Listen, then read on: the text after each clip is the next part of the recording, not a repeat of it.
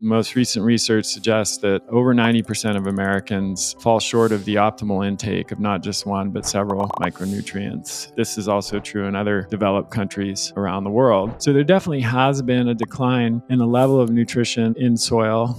But even more relevant and important than that is that there's been a change to the quality of soil such that the plants are no longer able to extract the nutrition in the soil as efficiently as they were previously. And the reason for that is that we've disrupted the microbiome of the soil. And we're thinking about micronutrient density, so vitamins, minerals, amino acids, and we're considering the crucial role of bioavailability. What do we know about which foods are most nutrient dense and most bioavailable? Well, thankfully, we have a study to answer this question. This is the most accurate, reliable, validated study on the nutrient density of foods that we have to date. So, what did it tell us? Well, Chris, given today's modern food environment, would you say people can get everything they need to not just survive, but thrive from food only? no. I wish the answer was yes, because I'm a huge believer in the importance of real food and eating a nutrient dense diet. And I still believe that's the foundation and should be the foundation for nutrient intake. But due to a lot of challenges like declining soil quality, growing toxic burden, increasing chronic disease, I don't think it's possible to get the optimum amount of nutrition from food anymore. Okay, well, let's start with diet as a baseline and work out from there.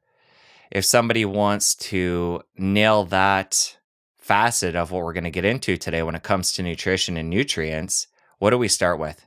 Well, the starting place is, well, I think actually even stepping back a little bit from that, the most important thing to understand when you think about diet is nutrient density.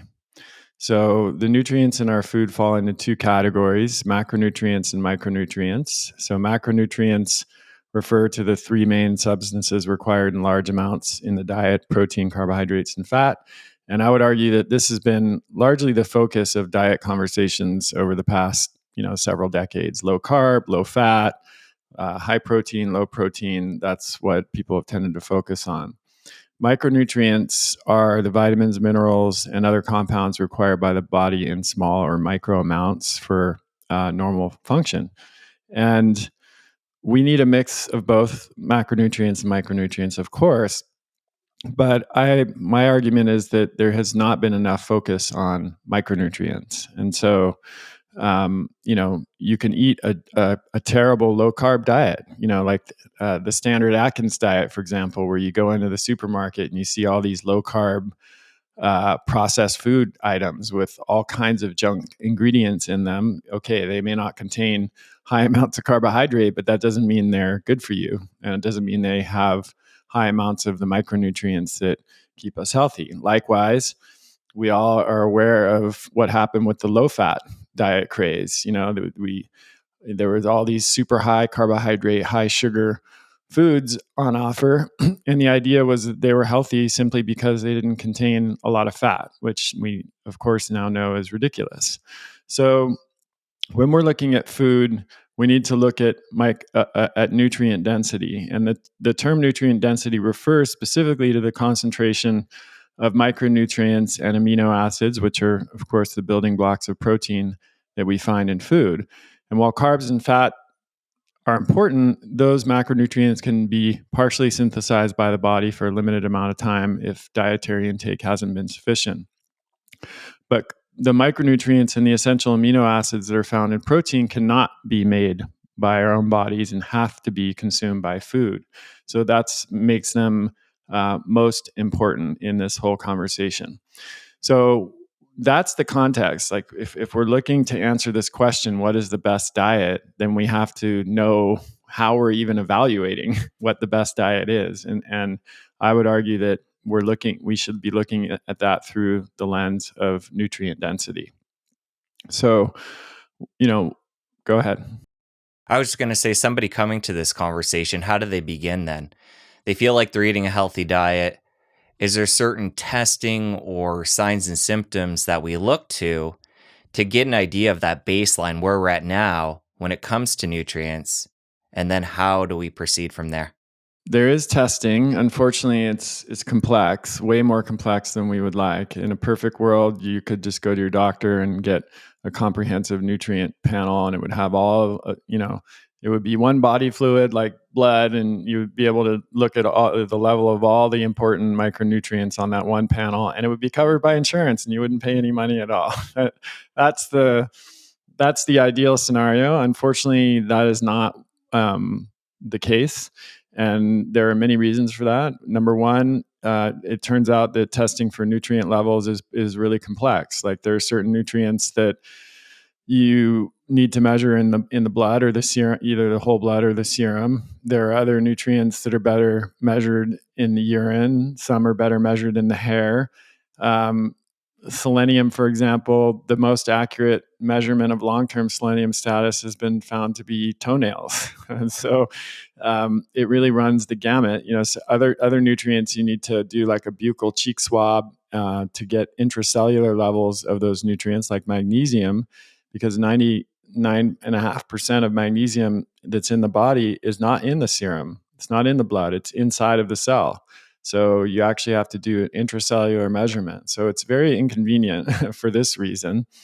There are nutrients like calcium that you can measure calcium in the serum, but calcium has to be maintained in such a narrow range in the blood, because if it goes higher or lower than that, we can die.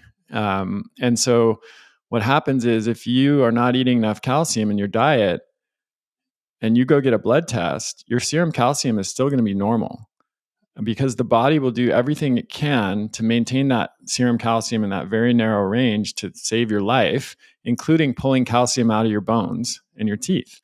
And this is, of course, why low calcium intake in the diet leads to osteopenia or osteoporosis or dental problems.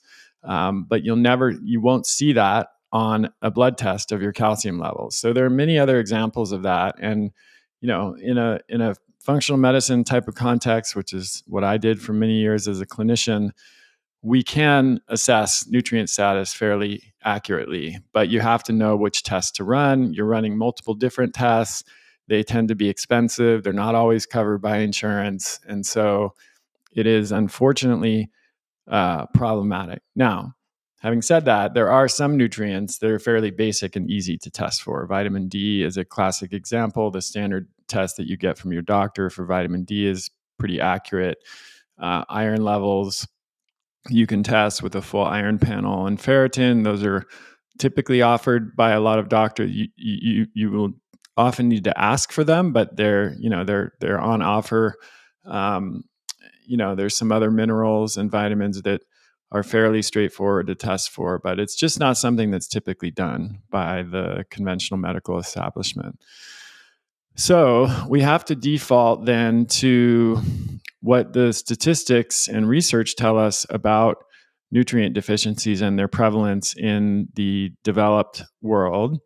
Most people have the mistaken impression, not their fault. This is kind of the idea that's been perpetrated in the mainstream dialogue, that if they're not living in the third world or developing country, then they're not nutrient deficient. Nutrient deficiencies were sort of largely thought to be something that only plagued the developing world. And if you live in a rich country like the US or Canada or Europe, you're fine.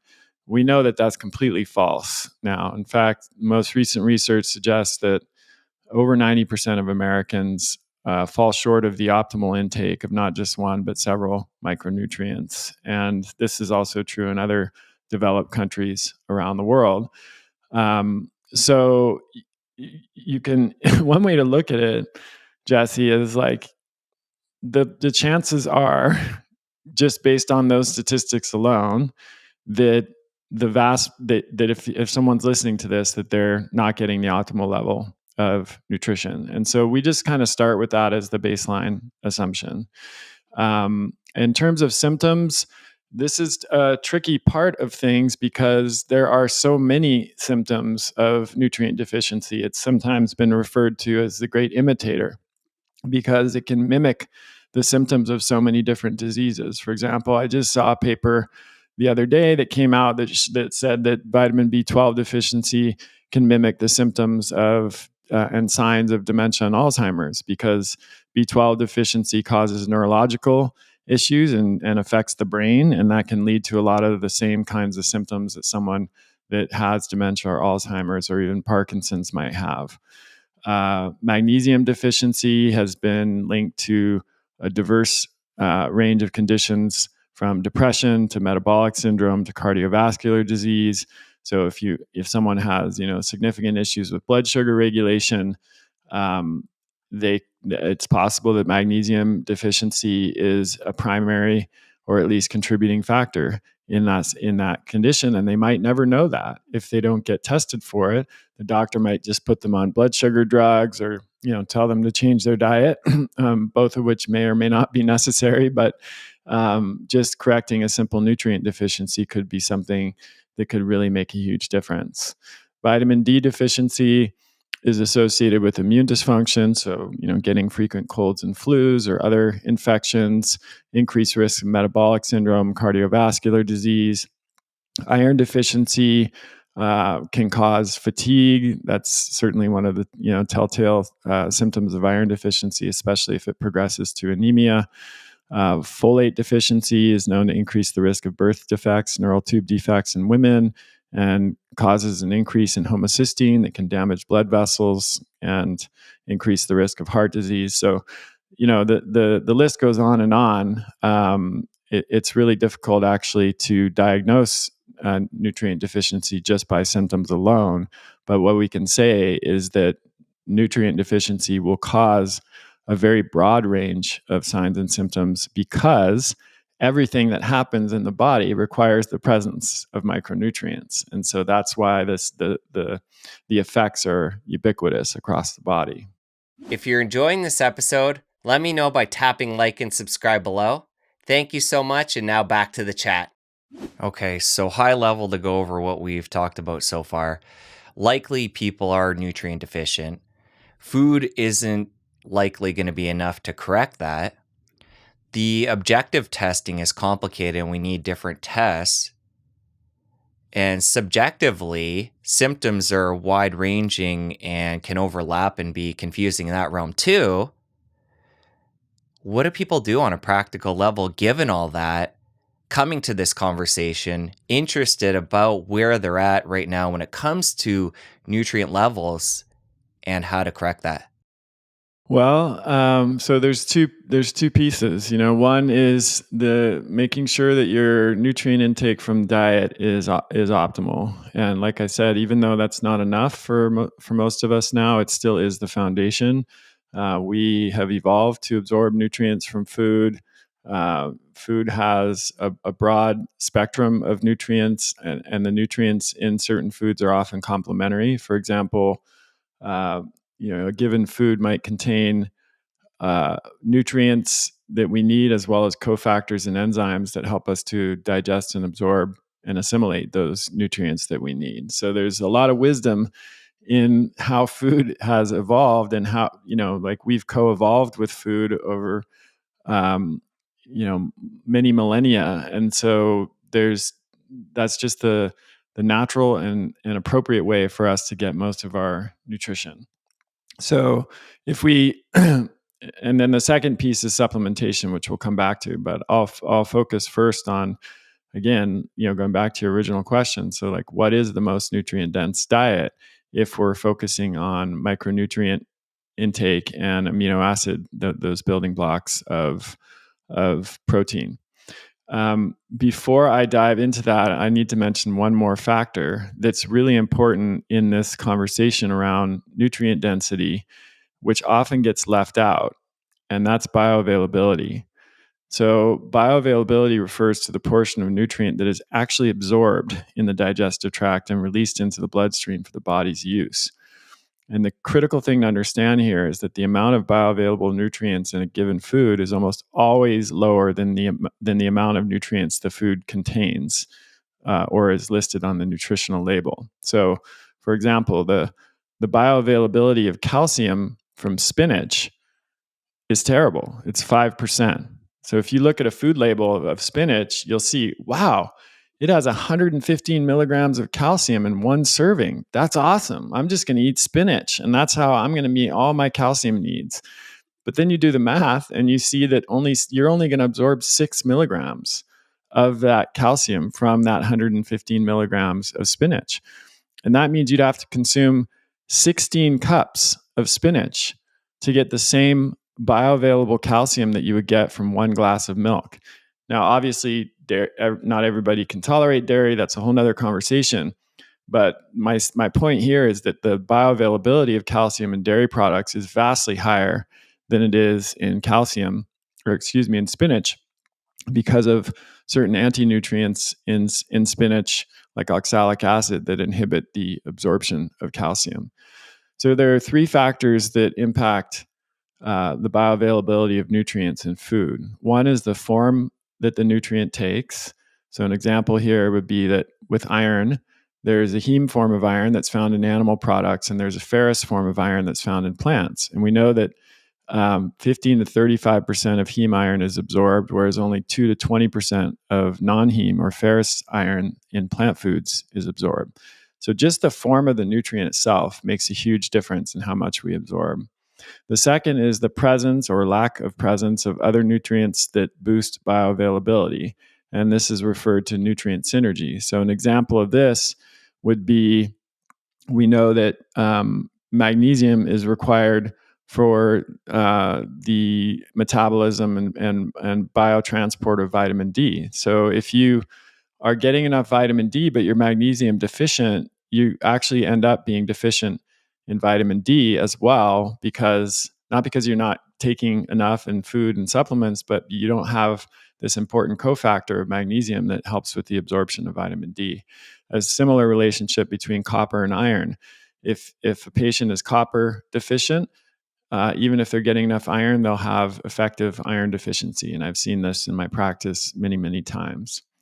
The third factor is the presence of nutrient inhibitors and anti-nutrients. So I just gave an example of that with spinach and calcium. Spinach contains oxalic acid, which inhibits the absorption of minerals like calcium. So even though you on paper have a lot of calcium in spinach, because of that anti-nutrient or nutrient inhibitor, you're not going to actually absorb that much.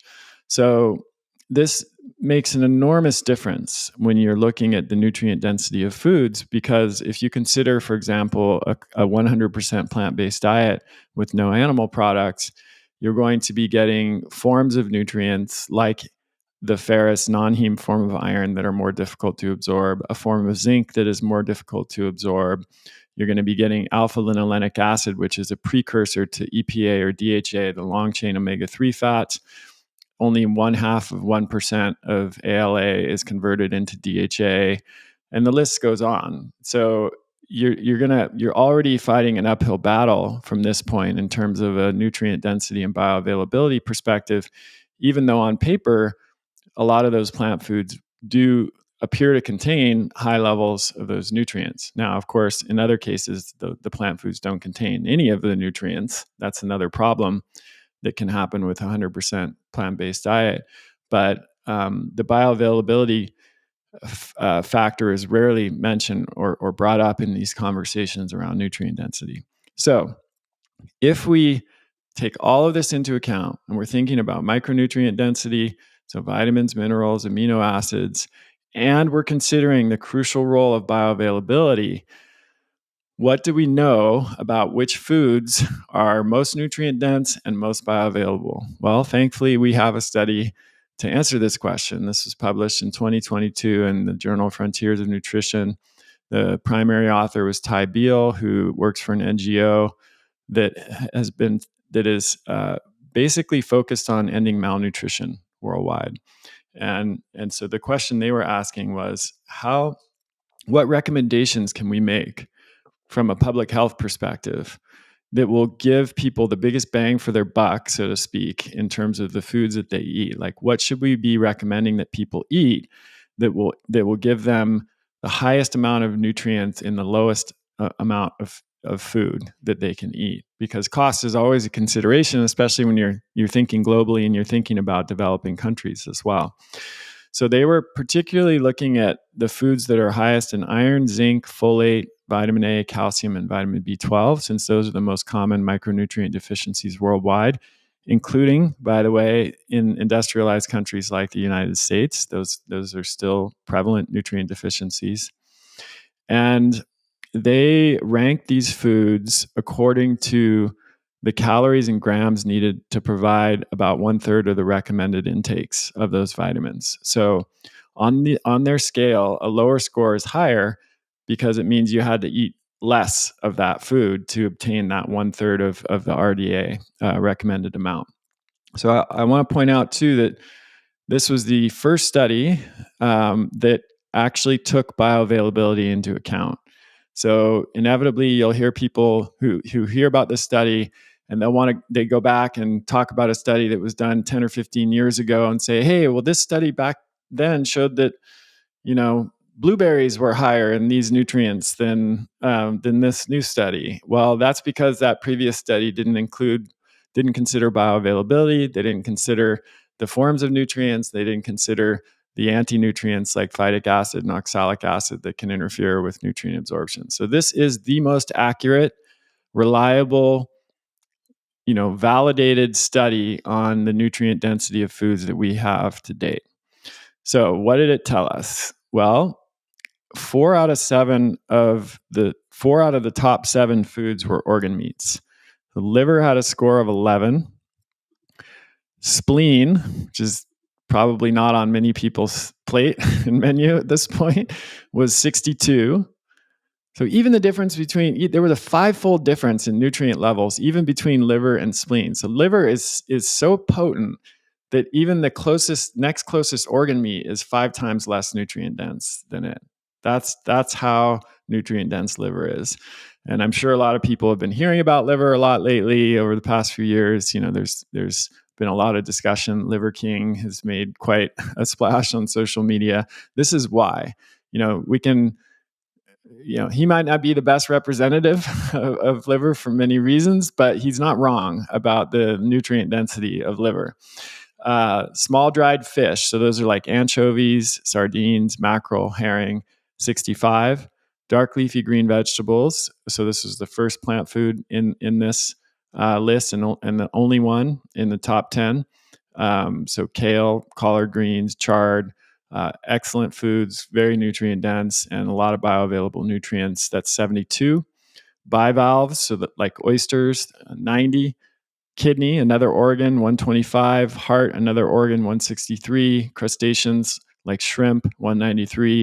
And then we have goat at 205, beef at 275, and eggs at 281, and then cow's milk at 287. So this might be a surprising list to people. As I said, 4 out of the top 7 foods are organ meats, and then if you include shellfish, you've got and fish. You have small dried fish, bivalves, and crustaceans also in the top 10. And then in general, animal foods like fish, beef, eggs, and milk comprise 17 of the top 20 foods on that list. So this does not mean that we should not eat vegetables. I want to be clear about that. At least that's my belief. There is a group of people out there, the carnivore diet, who don't believe that we need vegetables. I'm not in that camp. And the reason for that is that what we've been talking about so far is the concentration of essential nutrients. So by that, I mean vitamins and minerals that we know we cannot live without. These are critical to our health, and we will die. We die if we don't get them. If we, everybody's heard of conditions like scurvy and rickets and beriberi and pellagra. These are severe acute diseases that can be fatal if we don't get these essential vitamins and minerals. But there is a whole nother class of nutrients that, while we may not die without them, we probably won't have optimal health without them. And this is somewhat controversial. I want to acknowledge that there's still a lot that we don't understand, but I think if we look at the bulk of modern clinical evidence and research, and also anthropological evidence, we learn that virtually all humans that we're aware of ate some combination of plant and animal foods, and these plant foods are high in phytonutrients like polyphenols, carotenoids, flavonoids, diallyl sulfides, and lignans, which are primarily found in plant foods. These were not included in the study that I just mentioned because, as I said, they were focusing on the essential nutrients and vitamins that we can't live without. But if they had been included in the study, some plant foods would have definitely scored higher on that list. My point here is just that it's very difficult to obtain the optimal amount of nutrition on a 100% plant-based diet. And the best combination for most people is going to be some mix of plant and animal foods. And that could vary a lot from person to person, but some mix is, I think, the ideal. And Chris, you come at this from a really unique position, somebody that's working with patients for years. We've touched on this a couple times already, the plant-based diet or plant-only diet. Do you ever see people in that category that are getting enough nutrition to not just survive, but thrive on a vegan diet? Yes, I have seen a few, and there are a few, prominent folks out there like Rich Roll comes to mind, and a couple of others who are, super athletes. They're performing at a very high level, and they're doing a vegan diet. But there are a couple things that are true about that. Number one, they're in the minority, as far as I have seen and can tell.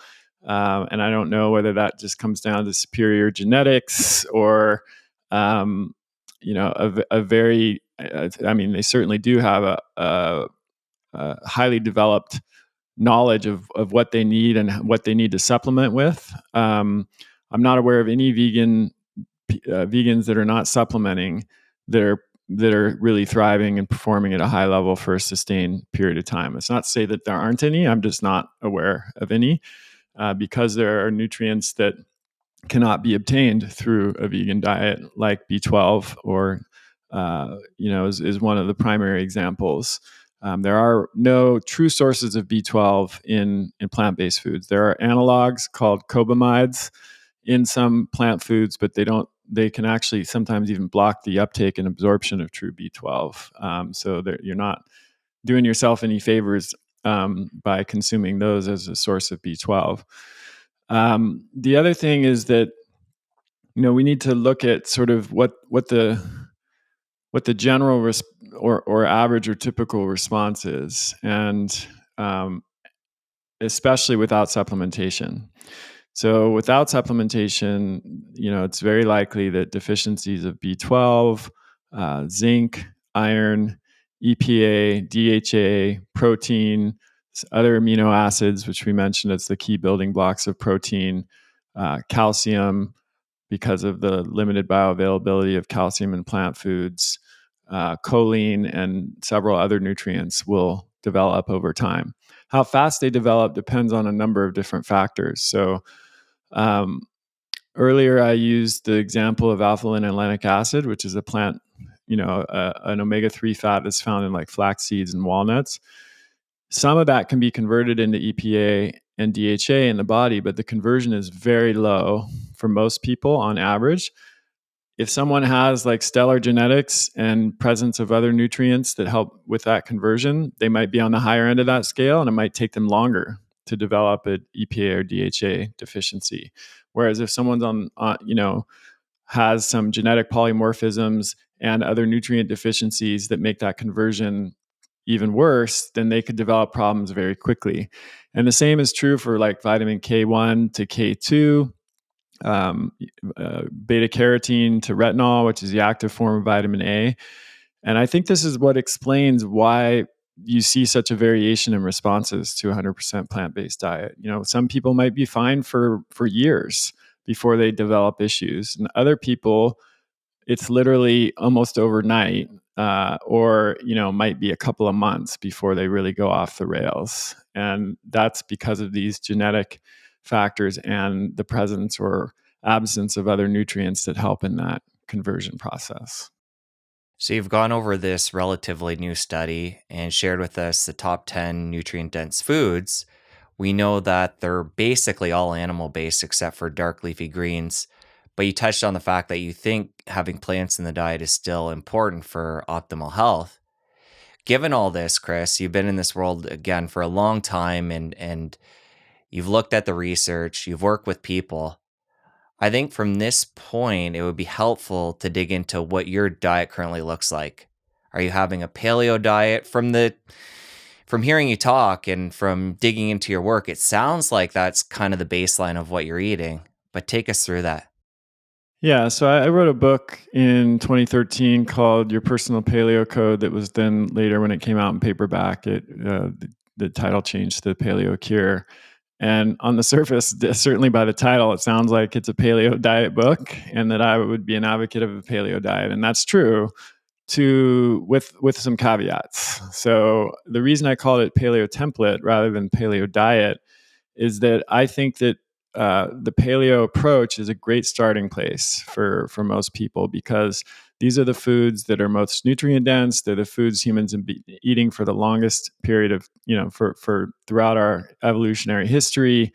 They're less likely to cause, hypersensitivity kind of reactions, or they're less likely to cause gut health problems, etc. Um, However, there are many reasons that I believe that humans have evolved to tolerate and even thrive on foods that aren't part of that initial Paleolithic template. And these foods include dairy products, particularly full fat fermented dairy products. They could include certain properly prepared legumes and grains. And properly prepared, I mean typically like soaking or sprouting to break down the anti-nutrients that those foods can contain, and then in moderate amounts, not replacing the other more nutrient dense foods. Foods like dark chocolate, was not certainly a part of a Paleolithic diet, but there's a lot of research. Now we know that the polyphenol content and other phytonutrients in dark chocolate are particularly helpful. Coffee, as a beverage, has lots of health benefits, both from the caffeine and the polyphenol content and phytonutrients. So depending on individual tolerance, I think there is a place for a lot of these foods in a modern diet. And the approach that I recommended in my book was that people start with like 30 days of a basic kind of paleo approach to hit the reset button and get into a really, healthy, thriving place, and then start adding some of these, what I call gray area foods, which are foods that, like dairy products, can be beneficial when they're well tolerated by the individual, but may not be if they're not. Some people are lactose intolerant, for example. Other people have sensitivity or even allergy to the proteins in dairy products. So in those situations, they wouldn't be a good choice. But I think if you do some trial and error and you start with that core concentric circle inside of the circle of a paleo type of diet, and then you expand out from there, trying some of these other gray area foods, that tends to produce the best results for most people in my experience. So you mentioned greens and legumes if they're properly prepared and got into what that means. Does that include glutinous grains or is your diet gluten free? I don't eat gluten. I don't have celiac disease. Um, but my wife does, and my daughter's gluten sensitive. I would probably describe myself as like mildly gluten sensitive. So I can occasionally eat gluten without any noticeable issue. But if it's more of like a threshold based intolerance for me, so if I eat a lot of it, I will not feel well. Um, in terms of like, should everybody be gluten free? I wouldn't. I don't think the research supports that. I think the prevalence of non celiac gluten sensitivity, it could be as high as 1 in 10 people. So I think there are a lot of people who are gluten sensitive who don't know that they are and are continuing to eat gluten, and it's causing a lot of issues. But that going from that to saying that 10 out of 10 or everybody is gluten intolerant is a stretch that I just don't think is supported by the scientific literature. Now, having said that, most foods that contain gluten are not particularly good for us if we think about it, right? Like we're talking about bread, crackers, pizza, donuts, cake, cookies, all kinds of foods that have flour in them. And while I'm not I think being excessively rigid with diet is not a good idea, and even counterproductive. Like I'll sometimes, if I'm out at a restaurant and they have an amazing crusty kind of sourdough loaf of bread or something, I might have a piece or two, and I don't worry about that at all, um, because I'm not gluten intolerant. And I think most people can do that without really any ill effect on their health. But if you're eating gluten containing foods all the time, even if you're not gluten intolerant, you're going to suffer from that, because those gluten containing foods are very low on the scale of nutrient density. In fact, if we go back to that original scale from the study that I mentioned in the beginning of the recording, you remember that liver had the best score at 11. Well, refined grains, which of course would include most of the gluten containing foods that we're talking about right now, their score was over 4,000. They actually, just on the report, it just says 4,000 plus, because it went up from there. So if you do the math, it's like, so let's say 4,000 divided by 11. So liver is 364 times as nutrient dense as refined flour, and in like a cracker, a loaf of bread or something like that, and possibly even higher than that. So that's why I don't think people should be eating a ton of gluten containing foods, even if they're not gluten intolerant. When you were talking about dairy, you mentioned in there fermented. Let's pull back and talk about the microbiome as a whole. There's a lot of talk about this in the health and wellness space these days, having fiber for the microbiome, having fermented foods. Do you feel like we need to have those two categories specifically to maintain a healthy microbiome? And then expand upon that and how you feel about the microbiome as a whole. Yeah, so there are a lot of trends in the health world that are not really based on much substance, but the focus on the microbiome is absolutely not one of those trends. There's just an overwhelming amount of research that's been done in the past, 20, 30 years, that links the health of the gut microbiome to virtually every system of the body. And I do believe that it's probably one of the key factors that determines our health, that protects us and prevents chronic disease, and that actually even determines our health span, how long we not only how long we live, but how many healthy years we live, which is what most people are concerned about. And unfortunately, there are numerous factors that are antithetical to the health of our gut in the modern world. So these start from very early on, even when we're in utero. Some of the choices that our mom may have made when we were in utero could have affected our gut health. Like if she had to take antibiotics, that's usually not a choice, but if she was prescribed antibiotics, that could actually impact the gut flora of the developing baby. A C-section birth, for example, will change the development of the baby's gut microbiome. Being formula fed versus breastfed will change the development of the microbiome. Then during early childhood, how long the infant is breastfed for, what their first foods are, what their diet is like at an early age, how many courses of antibiotics they took as a child, other medications, exposure to environmental toxins. And then as you grow up, all of those same factors remain relevant, but then there are new factors like other medications that you might take, like hormonal birth control for women, alters the gut microbiome. Drugs like metformin for blood sugar alter the gut microbiome. Ibuprofen and NSAIDs alter the microbiome. Chronic stress alters the microbiome. A lack of exercise and sedentary behavior alters the microbiome. It's like we live in an environment now that's so different than what we lived in, for most of our evolutionary history. And many of these different factors have a negative or adverse effect on the microbiome.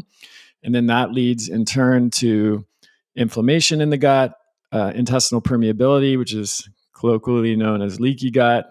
And then we can get proteins and other compounds like lipopolysaccharides or endotoxins from bacteria that escape the gut lining and get into the bloodstream and provoke a systemic inflammatory response.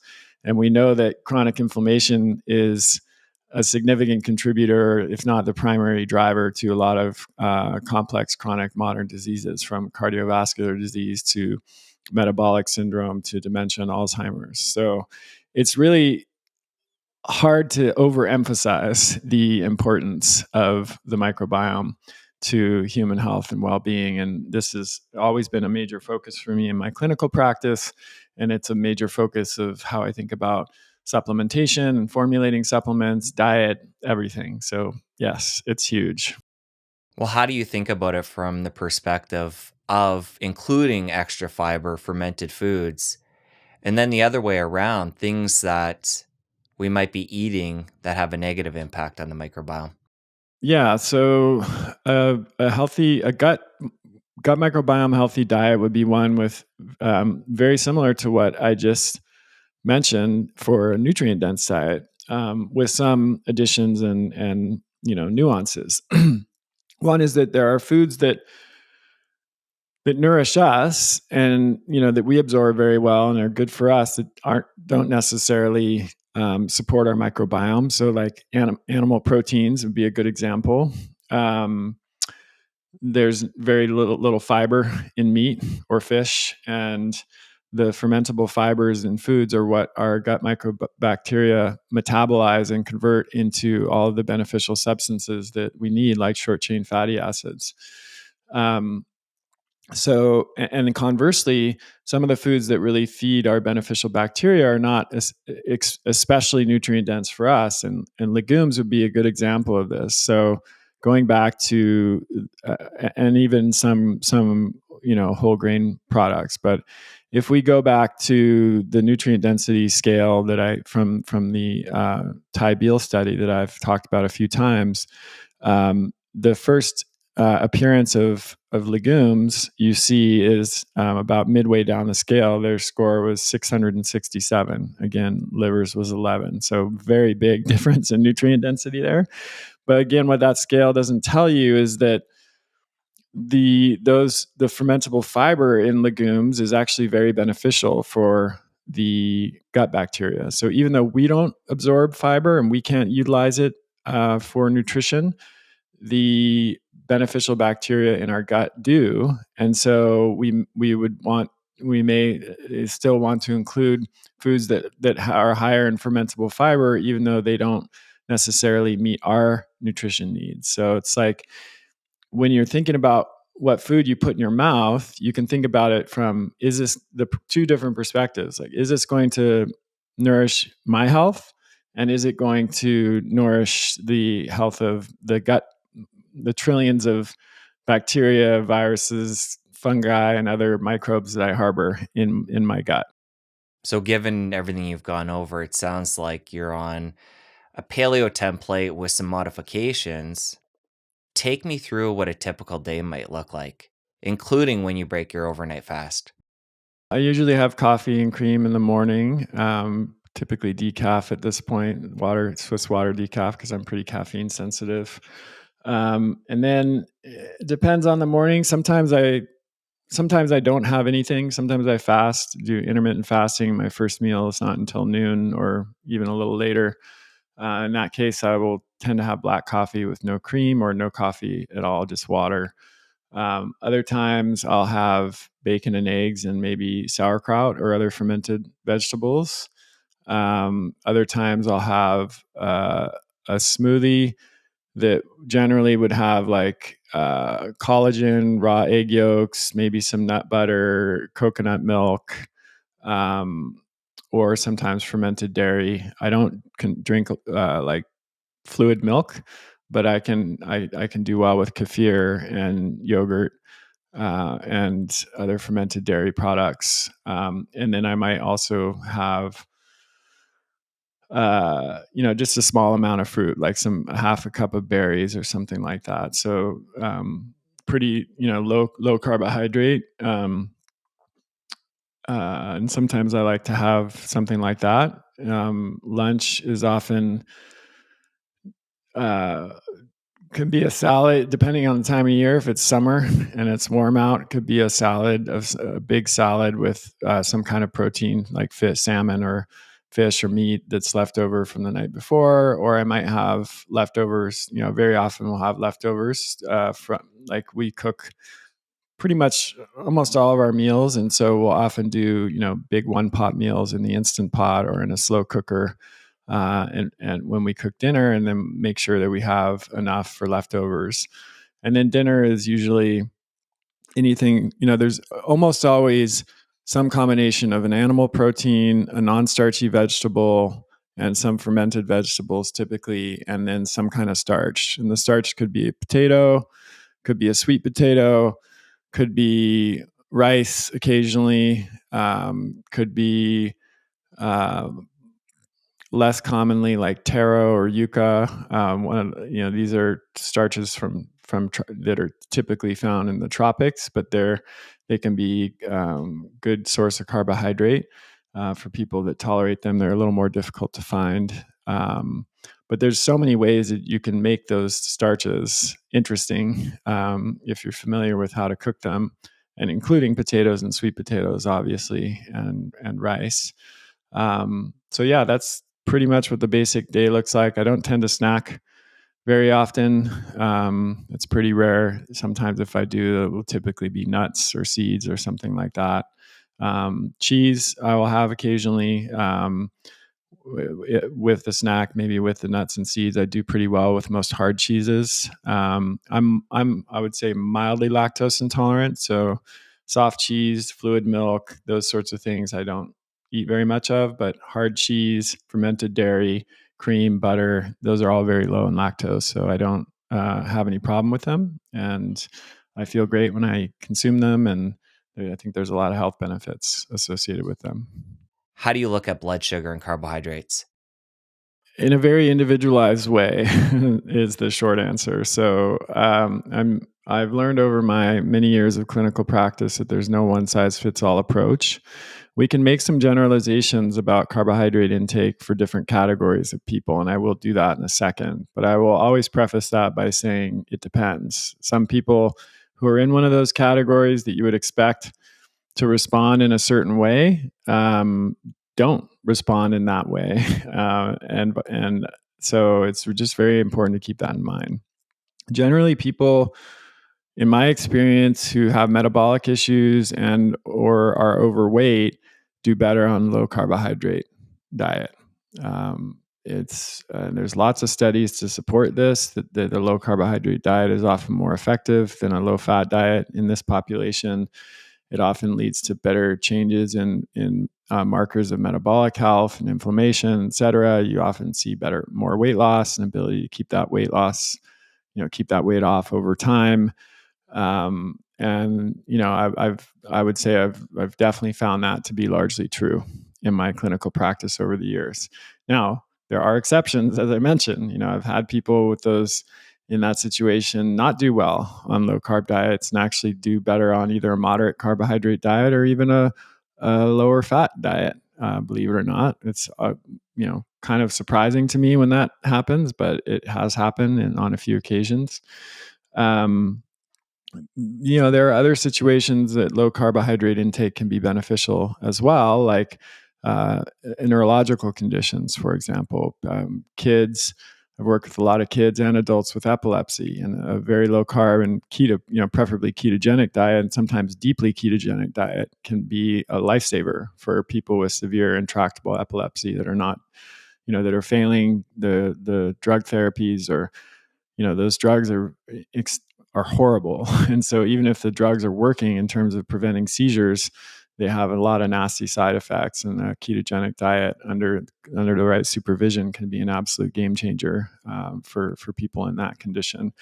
But other neurological conditions too, like Parkinson's, we'll often use a ketogenic diet for people with early stage or even later stage Parkinson's and see very big changes, because the brain prefers ketones to glucose as a fuel source. And especially in conditions like Parkinson's, which are thought to involve difficulty processing glucose in the brain, then substituting ketones for glucose as the primary fuel source can make a huge difference.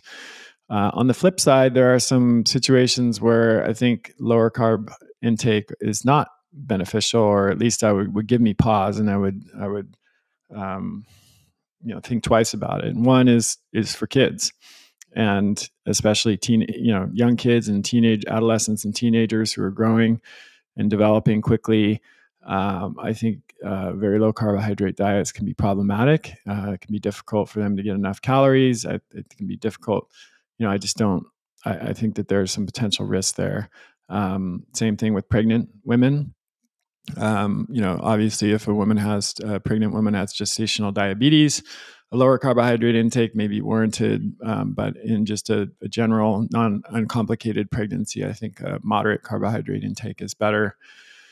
I would say that women in general, if I was to make a broad generalization, uh, are are less likely to succeed with a very low carbohydrate diet than males. Now that we're talking about like 50% of the population on both sides here, so there's a very broad generalization. And obviously depends a lot on the individual circumstances. There are a lot of women who thrive on low carb and ketogenic diets, particularly women who have metabolic issues or other issues. But in some cases, it can do things with female hormones that are not desirable, and end up producing some side effects.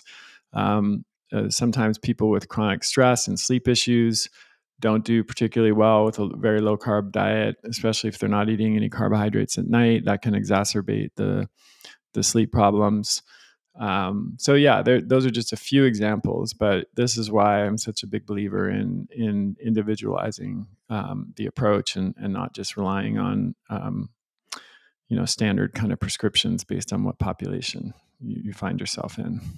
And early in our conversation, you touched on the carnivore diet, and this seems to be a growing trend in the health and wellness space. People adopting this either short term to lose weight or longer term as a way of living indefinitely. How do you feel about that diet in both those cases?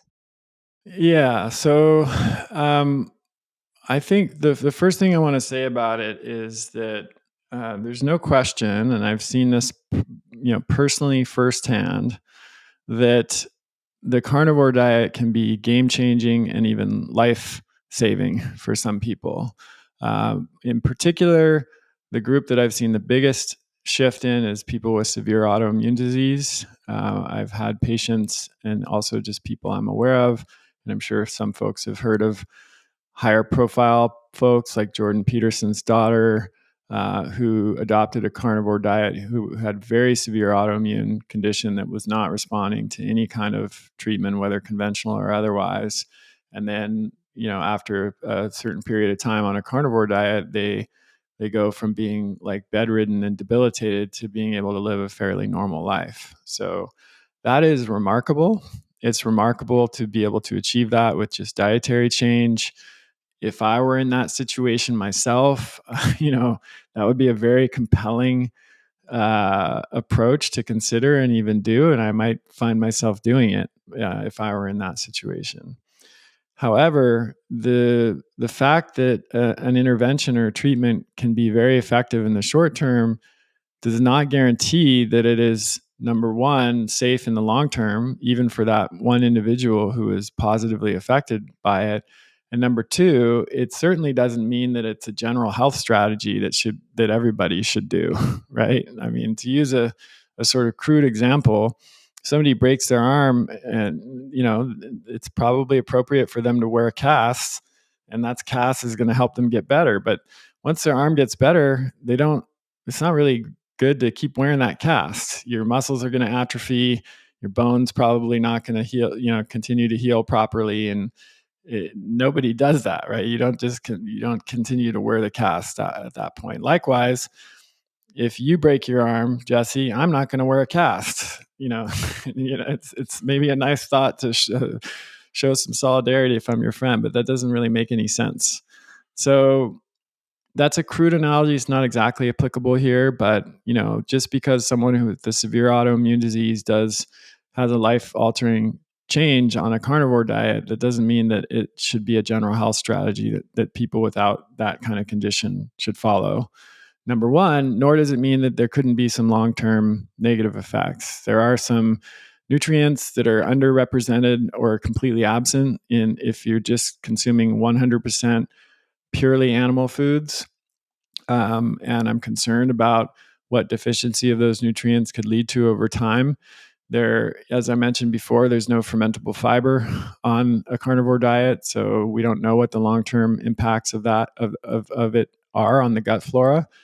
Um, a lot of people who pursue, at this point, I should say that there are different ways of doing a carnivore diet. There's smarter, better informed ways, and then there are ways that are not very well informed. So, for example, you could do a carnivore diet where you're eating lean cuts of meat like steak, but also organ meats, and then more gelatinous, collagen rich foods like oxtail or shank or chuck roast or brisket or things like that. You could do a carnivore diet that has zero plant foods, or you could do one that contains like some small amount of plant foods, maybe some honey and some other, strategically included foods to help shore up some of the potential nutrient issues. I've seen over the last few couple years, in particular, that there seems to be an evolution now in the carnivore movement to a little bit less rigidity and just a little bit more careful thinking about what else can be added that would still preserve the benefits that people are getting, but lessen some of the potential downsides and risks. So like everything else in health and nutrition, it depends what type of carnivore diet someone is following. But um, I would say that for most people, again, a combination of plant and animal foods is going to be best. Are there some situations where a carnivore diet can be incredibly beneficial? Yes. Do we know what the long-term effects of a carnivore diet are? No. It has not been really around long enough as a strategy. It hasn't been studied rigorously in any kind of longer-term clinical trials. We don't know of any ancestral populations around the world that followed an exclusively carnivore diet. Certainly some people like the traditional Inuit and Maasai get a large portion of their calories from animal foods, but they do consume some plant foods, and they actually go to fairly great lengths to trade for them or just consume them at certain times of year when they're more available. So I think we're flying blind. And that doesn't mean that it will turn out to be, harmful long term, but it means that we just don't know. Whereas we have 2 million years of hominid evolution telling us that some combination of plant and animal foods can be is normal for humans and is beneficial. Coming back to when you took us through a typical day, you mentioned intermittent fasting. And so that's at least part of your routine on some days. You can get into the specifics of how often you're doing that. But tethering this to the thesis of this conversation, nutrients and nutrient deficiencies, do you ever find that people who are adopting that too often, too long, because their eating window is going to become so narrow, do you ever find people that push that are running into nutrient deficiencies because of that practice? Yes, I think that's possible. I mean, the premise is with intermittent fasting, or one idea is that, okay, maybe you're eating the same amount of calories, but you're just compressing that food intake into a smaller window. But I've done a lot of tracking with people who are patients that are doing intermittent fasting, and what's often the case is that they consume fewer calories when they're intermittent fasting. Now, this can balance out over time if they're doing intermittent fasting consistently. You can get a kind of adjustment period, or an adjustment where they start consuming, kind of get back up to their normal calorie intake, which is good or bad depending on how you look at it and what the goals are. It sometimes explains why it doesn't, people don't just continue to lose weight when they're intermittent fasting for a longer period of time. Like they reach a kind of equilibrium and the weight loss slows down or even stops entirely. But all other things being equal, if you are only eating 2 meals a day and you're not replacing eating the full calorie intake, then almost by definition you're going to be eating less nutrition. You're going to be getting fewer nutrients. And given my focus on nutrient density, I am sometimes, I am a little bit concerned about that in some cases, and I have seen this verified with serial nutrient testing in people who, we test them before they start intermittent fasting, and we test them at various time intervals throughout their experience with intermittent fasting, and we have seen declines in nutrient levels. It doesn't always happen, but it's not uncommon. So again, it's like, I'm going to sound like a broken record here, but it depends what the goals are and why someone is intermittent fasting, what they're doing. If I have a patient who's overweight with metabolic problems and early stage Parkinson's, I might have them on a ketogenic diet with intermittent fasting all the time, because in that situation, we're optimizing for neurological health, and both intermittent fasting and being in ketosis will have a very good effect on their neurological health.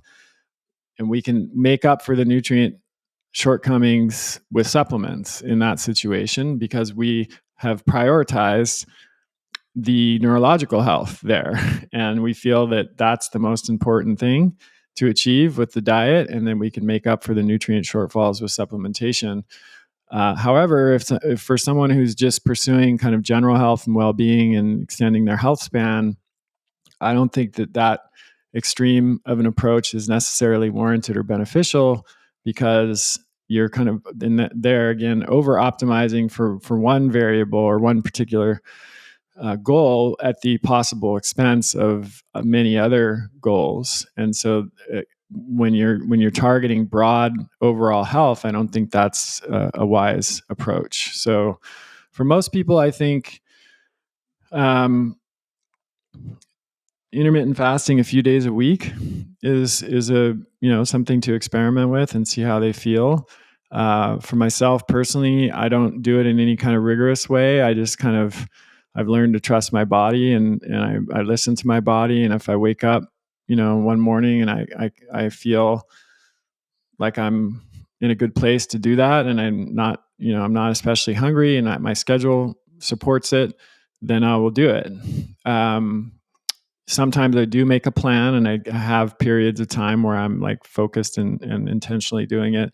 But a lot of the time I'm just kind of going based on, what I feel my body needs, or frankly, there will be times where it's situationally dependent. Like I have an extremely busy morning and lots of things to do. And, preparing a meal is just not practical in that time frame, and so de facto I'm intermittent fasting that day, or I'm not having my first meal until 11 when I feel like it's time to eat. So there's lots of different ways to do it, but I think for most people that I've worked with, a moderate approach rather than an extremely rigid approach works best.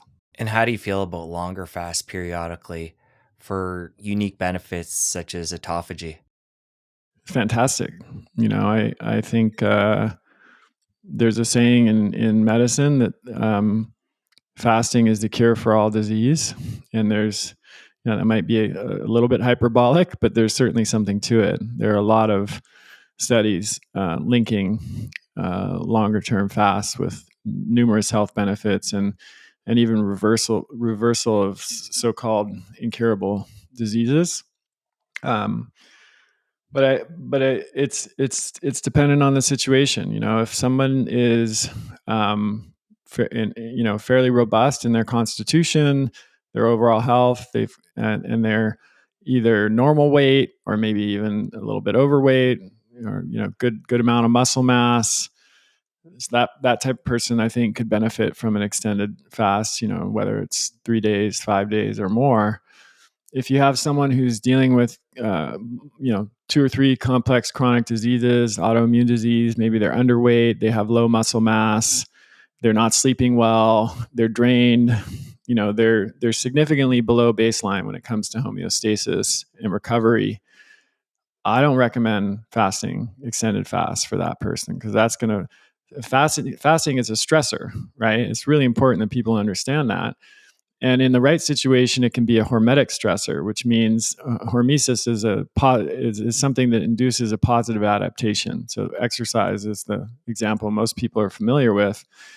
When you lift weights, you're actually stressing your muscles. You're tearing down muscle fibers if you're lifting to failure. But what will happen is that will promote a positive response in the body. It will help the body to rebuild that muscle tissue stronger. And that's why if you lift weights a lot, your muscles get bigger and stronger, provided you're leaving enough time for recovery, which a lot of people don't. That's, if you understand how hormesis works, that's a key point. You need to have enough time for recovery for the body to engage in that hormetic process. Now, if you take something that could be hormetic, like exercise or fasting, but you push it too far, or you do it in the wrong circumstances, then it is no longer hormetic. It's just maladaptive. It just becomes a pure stressor, not a hormetic stressor. And so, someone in that situation, like I mentioned, with multiple chronic illnesses, not sleeping well, low muscle mass, low weight, uh, the additional stress of fasting in that situation will be problematic and could make them worse. Let's come back to the list from that study we went over earlier. We know that organ meats make up a good part of that list, with liver being at the top. For a lot of people coming to this conversation, including those into the diet might be a new thing. In that case, how do you recommend they get started? Because I know there's a lot of organ meat supplements these days. Obviously, we can go right to the organ and have those in an array of different ways of preparing them. If you're working with somebody, how do you get them started? Well, there are a number of options. The first is to eat organ meats, right? So that's the way that our ancestors did it. Even our more recent ancestors, probably many people's grandparents, consumed organ meats, or great grandparents, depending on your age. If you're listening to this, in the U.S. and Canada, organ meats were still in a common part of the diet up until World War II, and then after World War II is when that shifted for a number of reasons I won't go into here. But organ meats were really part of every diet. Almost all diets across the world that we're aware of until the 21st century, or the later part of the 20th century and the 21st century. And the organ meats still are very much a part of many cultures' diet around the world today. So that's one option. However, organ meats have a distinct taste and texture that many people find unpalatable, especially if you didn't grow up eating them. I think if we grew up eating them, we're much more likely to acquire the taste. Whereas if we did not, it can be really difficult. And some people have just an extreme aversion. They can't even smell liver, or even one small bite, or even if liver is mixed with some other regular ground beef, they can still detect it, and it really puts them off. And so if we think about it, like, okay, you can eat organ meats like liver and onions like your grandparents did. If you find that palatable and you like that, that is awesome. That's a great way to do it. However, you're in the distinct minority if that's true for you. Like in 15 years of treating patients, I would say, I had maybe 20 patients in all that time that really enjoyed eating liver and other organ meats straight like that. Another option, and this works for still a relatively small percentage of people, but it does, much higher percentage than people who just eat organ meats straight, would be to combine liver with other foods. So one thing that I often recommend is getting a few ounces of liver and then chopping that up small and then cooking it with like a couple pounds of ground beef, and then seasoning the ground beef with like fajita or taco seasoning. There's a lot of good organic options out there now, and then consuming that throughout the week. So you're getting a relatively small amount of liver per serving, or other organ meats per serving, but if you consume that entire amount in a given week, or if it's 1 pound or whatever it is, then you're still going to be getting 1 serving of organ meats per week, which is a really good amount because it's so nutrient dense. This is the benefit. You don't need a ton of it. Even 1 or 2 servings of organ meat a week is just off the charts in terms of its nutritional value. You really don't need more than that. And there's potentially even some risk in consuming more than that because of how high the nutrient levels are. I've seen some patients who got a little too excited about liver and were eating it every day, and they had iron levels that were off the charts. And iron, when it's high, it can be very problematic and cause a lot of problems. So that's something to keep in mind. Moving from there, another option is supplementation, as you mentioned, Jesse.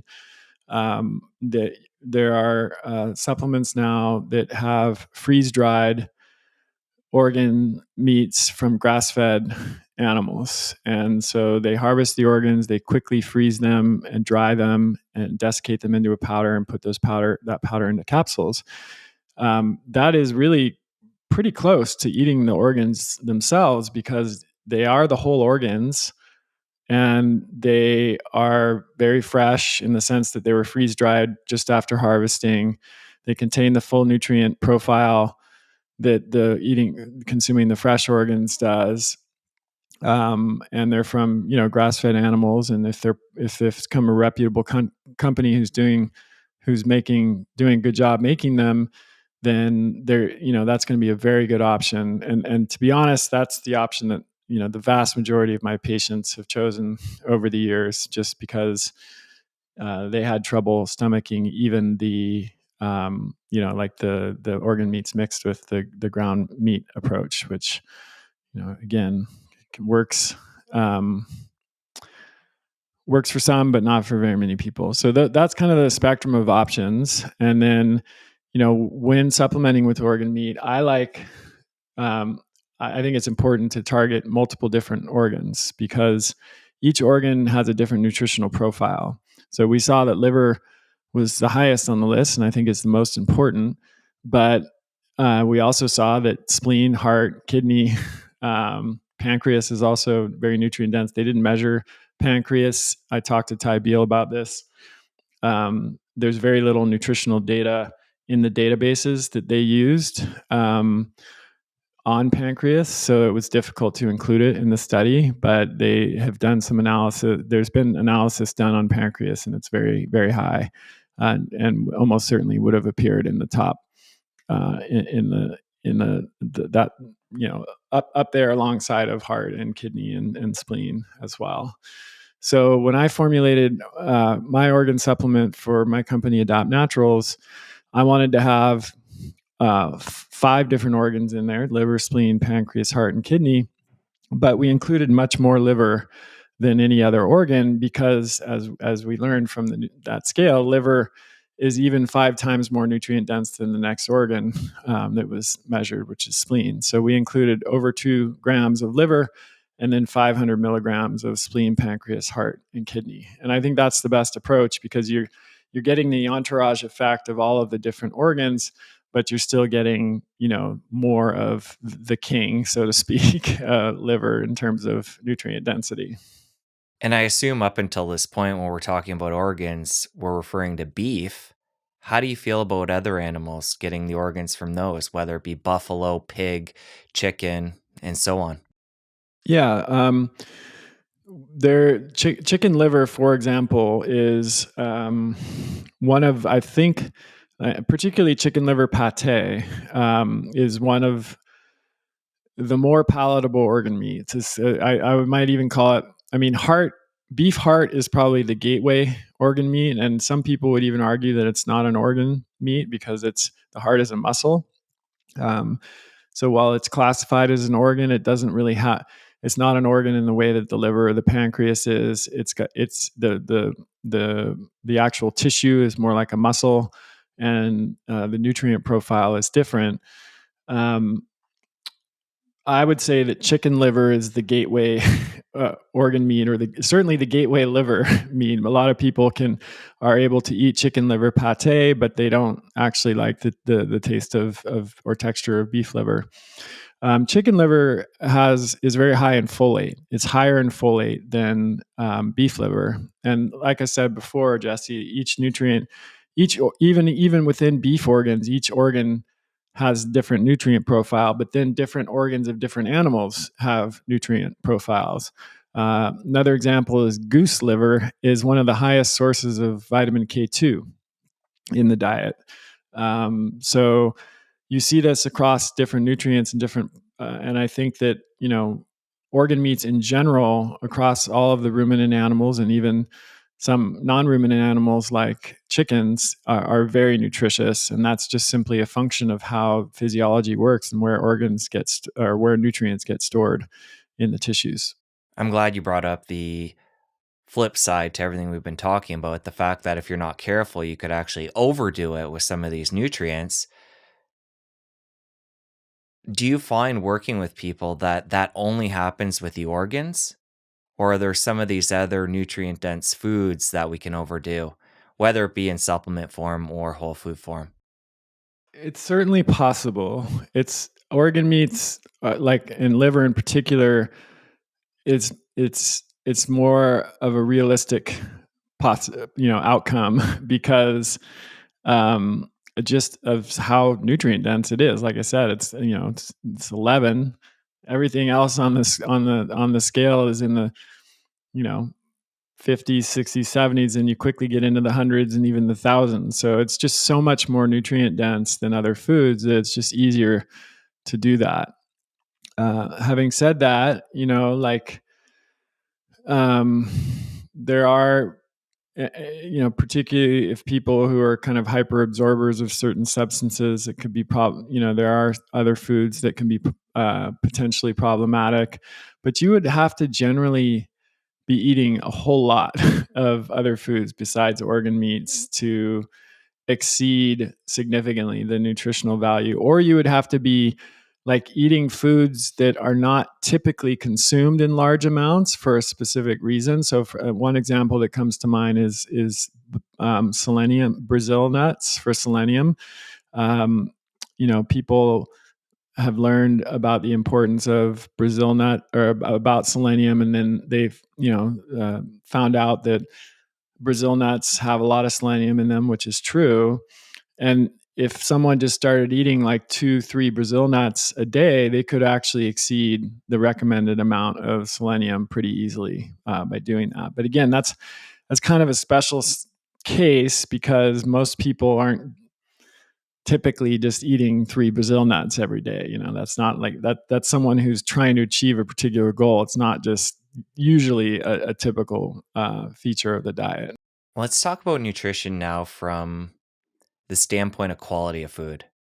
So, whether it be plants or animals, we know there's different categories such as organic, grass fed, grass finished, and we can get into even soil quality, how far that food has traveled, and if that's how that impacts the nutrition of it.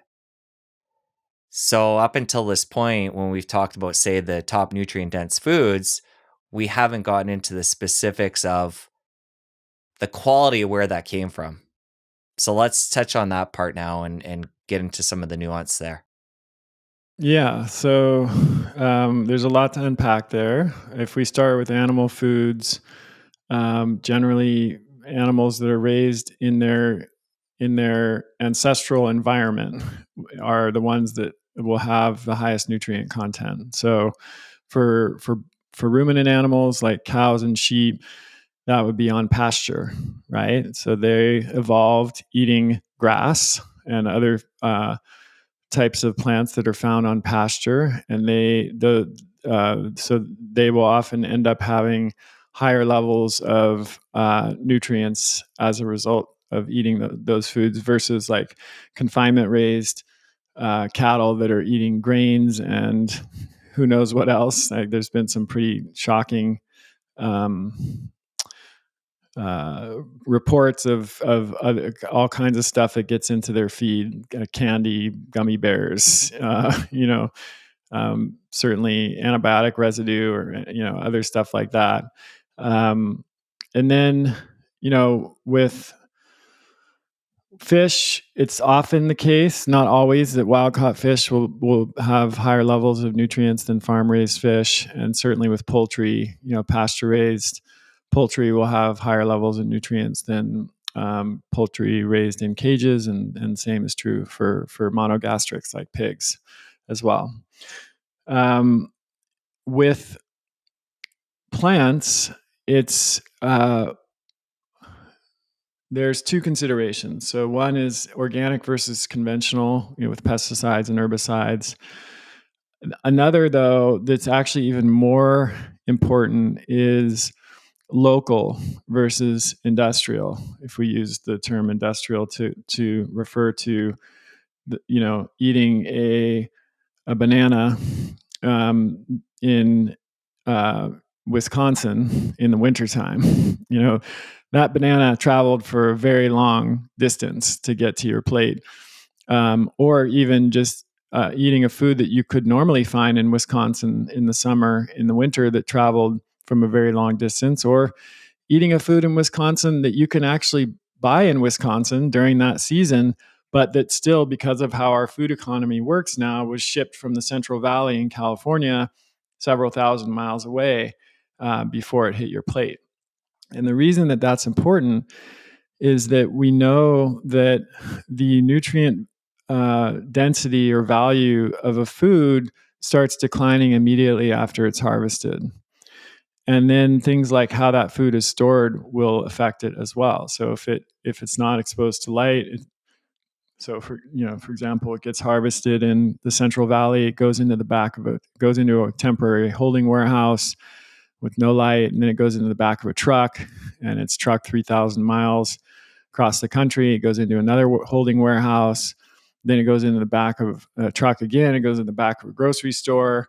It could be a week or more has passed before it gets on, into the store, and then you buy it. It goes into your dark fridge and sits in the drawer there for several days, and then you eat it.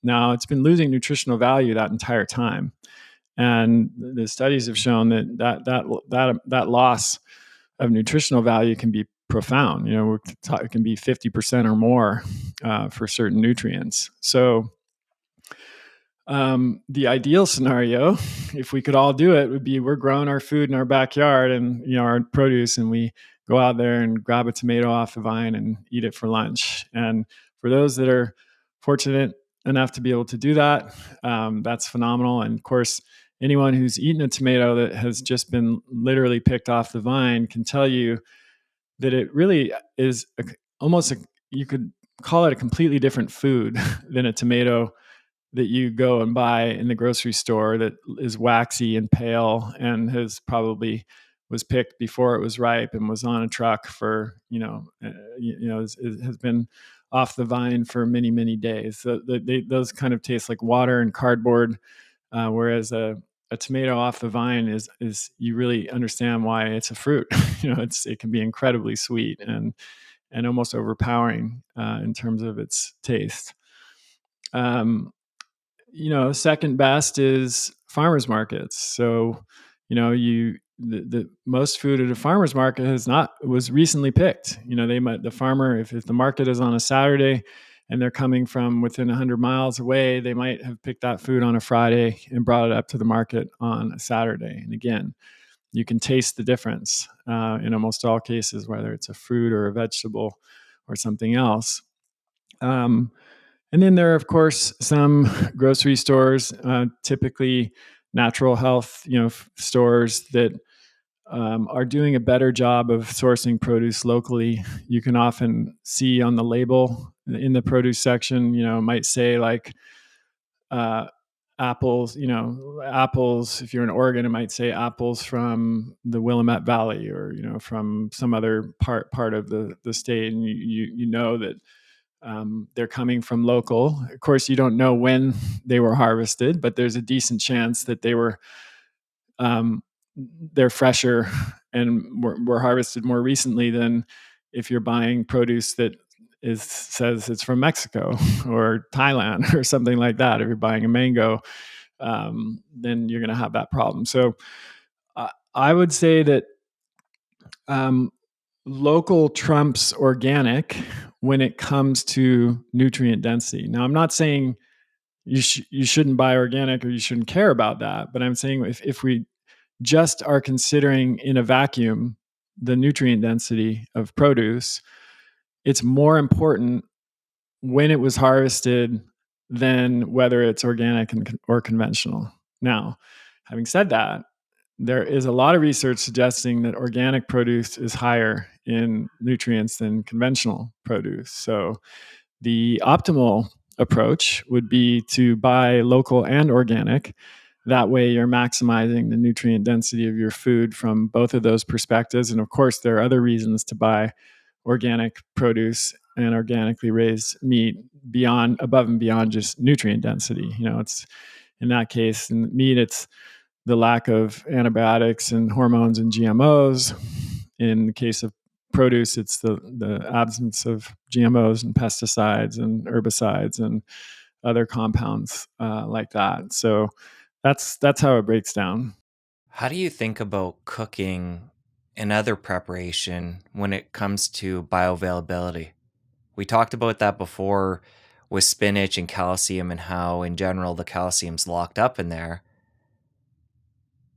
But you can use any example like liver or even different plants. Some were naturally going to be more likely to cook in general than others.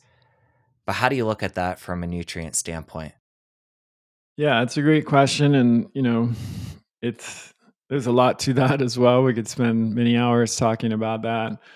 Um, there, I would say that as a general comment, first of all, cooking typically improves the bioavailability of nutrients. Now, there definitely are some exceptions where cooking actually reduces the content of nutrients, but cooking typically improves bioavailability. And this is, some anthropologists believe that the invention of fire and our ability to cook food was one of the great evolutionary leaps for our hominid ancestors. Just making nutrients in food more bioavailable through cooking was something that allowed us to the pace of evolution to increase dramatically. If you think of an animal like a gorilla, they have to spend an inordinate percentage of their daily waking hours eating and chewing because they're consuming these raw, very fibrous foods, and it just takes an enormous amount of their energy expenditure to to be able to access those nutrients, and that's why they have to pretty much be constantly eating.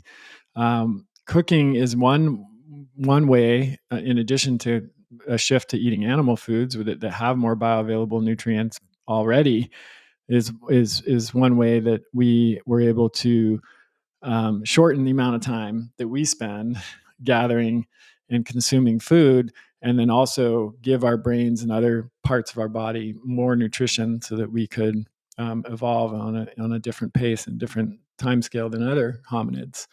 So that's kind of a general comment. Um, in There's a great book called Eat Wild by Joe Robinson. It was published many years ago, and she is still, as far as I know, the most comprehensive resource on how preparing foods affects nutrient availability. So, for example, she will tell you in that book how to store lettuce so that it loses less nutritional value. She'll tell you that mincing garlic very finely actually reduces more allicin, ALLICIN, which is one of the key antimicrobial compounds in garlic, and one of the things that makes it so potent as a medicinal food. Or if you just eat a whole clove of garlic, or just swallowed a whole clove, let's say, without any chewing, you would access less of that allicin. But if you finely mince that garlic clove before you put it in your food, that actually releases a lot more allicin and makes it more therapeutic and healthy. So there are a lot of, there are certain sort of nuances like that are important. But I would say generally for most people, the key takeaways are going back to that food micronutrient bioavailability micronutrient scale. Animal foods have typically forms of nutrients that are more bioavailable than plant foods. Plant foods have phytonutrients that animal foods don't have. And also in the case of dark leafy greens, for example, have a lot of essential vitamins and minerals. Cooking foods, both animal and plant foods, tends to increase the nutrient bioavailability. Also, chopping, mincing, dicing produce tends to have that effect as well in terms of releasing more of the nutrient content. When it comes to cooking, low temperature methods like stewing or low temperature roasting or slow cooking tend to be less likely to destroy or reduce nutrient values, and they are also less likely to um, introduce any toxins that very high temperature methods of cooking like grilling and charring would do. Now, there are ways you can mitigate that. For example, it's been shown that marinating meat in, with olive oil and other herbs and spices reduces some of the oxidative damage that can occur when you cook it at a very high temperature. And I think it's fine probably for most people, for most of us to eat, grilled meat occasionally. I just don't think it's a great idea to do that, to only eat meat that way, to only eat steak that's been cooked at 700 degrees on a grill. You should be mixing that with, slow roasted or slow cooked, pork shoulder or beef, chuck roast or stew or some, other lower temperature cooking methods is best to kind of unlock different nutrients, but also avoid some of the downsides that can come from that high temperature cooking. We can't get the nutrients we need to thrive from diet only. So we'll set up a hypothetical situation. If somebody's having an omnivore diet, including a lot of these nutrient dense foods that we've talked about on the list, and say they're even having some organ meats through supplementation or cooking them or having them raw as part of their diet, what supplements on top of that do we need to start thinking about? Yeah, it's a great question. One of the most notorious answers to that is vitamin D. So vitamin D is, historically speaking, we would, our ancestors got it from sun exposure, especially because they were typically living at equatorial latitudes, where they had more sun exposure before we dispersed across the planet. Um, but even then, once we did disperse, we were living outdoors and we had more exposure to sunlight than many of us do today when we're living mostly inside. So vitamin D comes to mind. Magnesium, also over 90% of people don't get enough or don't get optimal levels. Um, uh, Choline, some statistics suggest that almost 100% of Americans are not getting enough choline. It's a very important nutrient for neurological health. 89% of people fall short of the optimal intake of retinol, vitamin E. Um, Retinol or vitamin A intakes like in the 60s or 70%. But EPA and DHA, often people fall short. Seafood consumption is pretty low in the U.S. and particularly with the cold water fatty fish that contain the highest levels of EPA and DHA. A lot of people don't eat much of that. Um, then it becomes kind of situational and dependent on the diet too. You can have a lot of people who are not getting much vitamin K or vitamin K2. There's not a ton of foods that have vitamin K2 in the diet, and the conversion of K1 to K2 can be low. Zinc deficiency is relatively common. Iron deficiency is still one of the most common nutrient deficiencies worldwide. I just actually wrote an email to about a study that came out from where was it? It was an industrialized country, a Western country, and they found that 1 in 10 women actually had iron deficiency anemia, and 1 in 12 men, which is an astronomically high number of people. And that's not just iron deficiency. We're talking iron deficient. There are 4 stages of iron deficiency, and iron deficiency that is severe enough to cause anemia is the fourth and final stage of iron deficiency. And so we're talking about 1 in 10 women who have severe enough iron deficiency to develop anemia. That's suggests that much higher percentage of women have iron deficiency. And again, this was this was Ireland, excuse me. So yeah, it was this is a highly developed country, relatively wealthy country, and we're still seeing rates that high for iron deficiencies. So even though we can get some of these nutrients from diet, I'll go back to the very first question you asked me, which was why, is diet enough?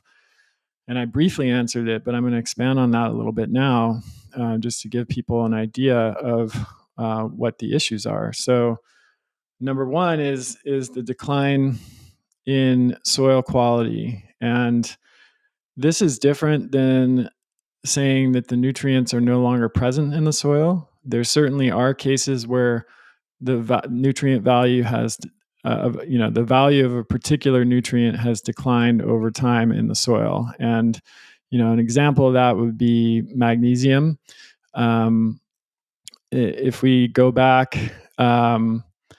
like a few decades, you can see that the amount of magnesium in soil from like 1940 to 1991 decreased by 24% in vegetables in the US. And in the UK, the decline was closer to 35% over that period.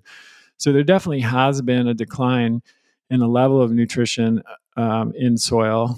But even more relevant and important than that is that there's been a change to the quality of soil such that the plants are no longer able to extract the nutrition in the soil as efficiently as they were previously. And the reason for that is that we've disrupted the microbiome of the soil. So Jesse, we've talked about the human microbiome and the importance of the microbiome to human health, but the soil also has a microbiome. There's also trillions of microbes that live in a handful of soil, bacteria, yeast, all kinds of different microorganisms, and the delicate balance of those microorganisms determines a lot about the health of the plants that grow in that soil. And one of the things it determines is how much nutrition the plant is able to extract from the soil that it's growing in. And so things like chemical pesticides, fertilizers, herbicides, industrial agricultural methods like tillage, these have disrupted the microbiome of the soil in such a way that the plants don't absorb the nutrition, even the lower amount of nutrition that is in the soil. So that's probably the number one factor. Another factor is the growth of environmental toxins like heavy metals, pesticides, herbicides, organic compounds, bisphenol A, glyphosate, you name it. All of these things can bind to nutrients and prevent their absorption in our bodies. So, unfortunately, these chemicals have become ubiquitous. And even with a healthy diet, we can't really avoid them entirely. Another factor is the rise of chronic disease. So we know that 6 in 10 Americans have a chronic disease now, 4 in 10 have multiple chronic diseases. And chronic disease has a double whammy effect on nutrient levels. On the one hand, it increases the demand for nutrients because chronic disease is a stressor. And when our bodies are under stress, they actually need more nutrition than they do when they're not under stress. On the other hand, chronic disease decreases nutrient absorption.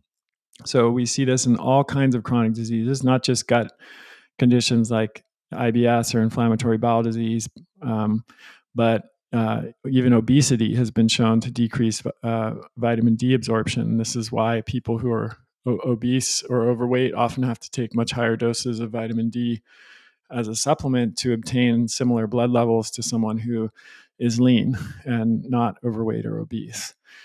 Another factor is medications. We touched on this briefly. There are numerous medications which are extremely common, particularly as people age, that interfere with nutrient absorption.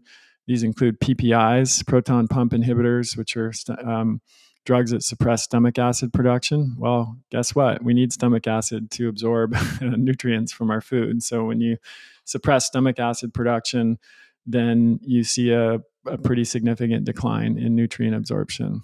Ibuprofen and NSAIDs will do that as well. Drugs like metformin are notorious for causing B12 deficiency. So there's a very long list that of medications that do interfere with nutrient levels. And I could go on, but for the interest of time, I'll stop there.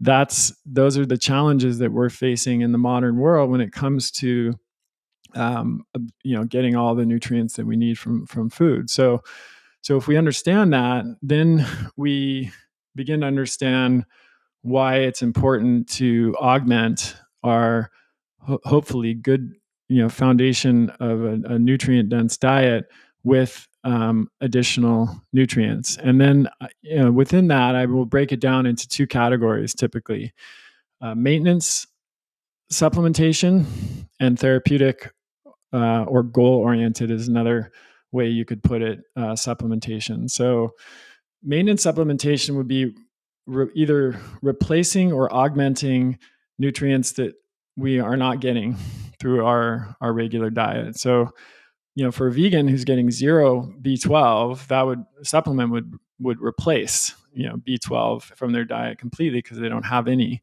Or likewise, if they're not eating any preformed long chain omega-3 fats like EPA or DHA, taking a fish oil or a DHA supplement if they're maintaining their vegan diet would replace entirely DHA because they don't have any.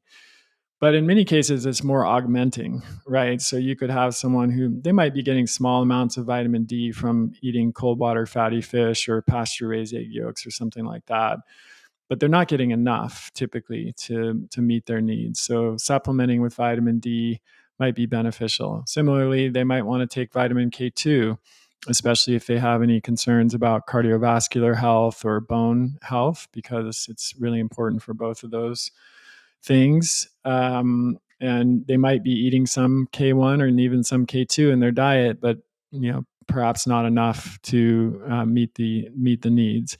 I mentioned before, Jesse, from the study that we've come back to several times, the most common micronutrient deficiencies are iron, zinc, folate, vitamin A, calcium, and B12 worldwide. But I would also add magnesium, vitamin E, EPA, and DHA, and choline and vitamin D to that list. So those are the nutrients that people should be considering the most. And this is why one of our first products that I formulated for Adapt Naturals was a multi. But it was not a typical multi because it contains the naturally occurring bioidentical, bioavailable forms of most of the essential vitamins and minerals that we need.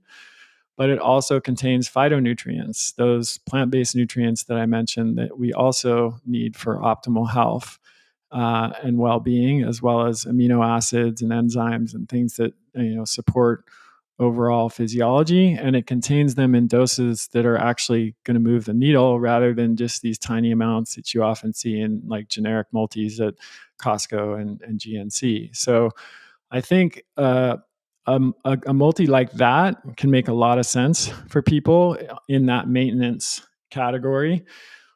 Another option, another idea is like if you're eating a healthy diet, but you don't eat a lot of seafood for any number of reasons, then you probably would benefit from supplementing with fish oil. That also falls into the maintenance category because you're trying to replace or augment a nutrient that you could be getting from the diet, but you aren't otherwise.